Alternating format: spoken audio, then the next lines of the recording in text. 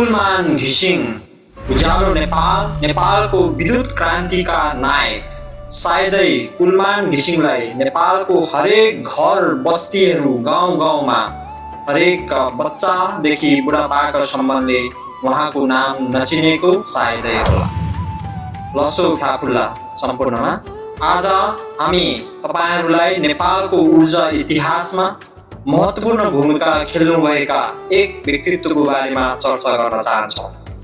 त्यो व्यक्तित्व हुनुहुन्छ कुलमान घिसिङ। एक समय नेपाल यस्तो देश थियो जहाँ दैनिक 12 घण्टा 14 घण्टा कहिलेकाहीँ 18 घण्टासम्मको लोड सेडिङ हुन्थ्यो। अन्धकारले ढाकिएको सहरहरू, बन्द हुँदै गएका उद्योगहरू र निराशा हुँदै गएका नेपाली जनताहरू। त्यो समय धेरैलाई लाग्थ्यो सायद नेपालमा कहिल्यै पनि उज्यालो भविष्य सम्भव छैन। तर त्यही समय एक व्यक्ति अगाडि आए। उहाँले केवल कुरा मात्रै गर्नु भएन, काम गरेर देखाउनु भयो। जब कुलमान घिसिङले नेपाल विद्युत प्राधिकरणको नेतृत्वमा सम्हाल्नु भयो, उहाँले ऊर्जा व्यवस्थापनमा सुधार गर्नुभयो, ऊर्जा चोरी नियन्त्रण गर्नुभयो र वितरण प्रणालीलाई व्यवस्थित बनाउनु भयो र अन्ततः नेपालले इतिहासमै पहिलो पटक लोड सेडिङको अन्त्य उपलब्धि हासिल गर्यो। यो केवल एउटा प्रशासनिक उपलब्धि मात्रै थिएन, यो नेपाली जनताको आत्मविश्वास पुनः जागृत गर्ने एउटा ऐतिहासिक क्षण थियो। उद्योगहरू पुनः सञ्चालन हुन थाल्यो, व्यापार बढ्न थाल्यो, आर्थिक गतिविधिहरू विस्तार हुन थाल्यो। ऊर्जा उपलब्धताले नेपालको विकास यात्रामा नयाँ आशा जगायो। तर साथीहरू, इतिहास बनाउने व्यक्तिहरूलाई पनि राजनीतिमा सधैँ सजिलो हुँदैन। हालसालै सम्पन्न 2082 सालको निर्वाचनमा कुलमान घिसिङले अपेक्षित सफलता प्राप्त गर्न सक्नु भएन।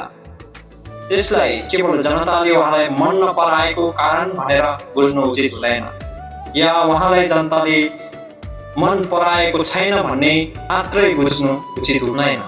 नेपालको राजनीति अझै पनि दलगत प्रभाव, परम्परागत मतदान व्यवहार र राजनीतिक चेतनाको विकाससँग सम्बन्धित जटिल प्रक्रियाबाट गुज्रिरहेको छ र अझै पनि नेपालको राजनीतिमा नेपाली जनता, नेपाली मतदाताहरूसँग अझै पनि राजनीतिक चेतनाहरूको अभाव भएको हामी महसुस गर्छौँ।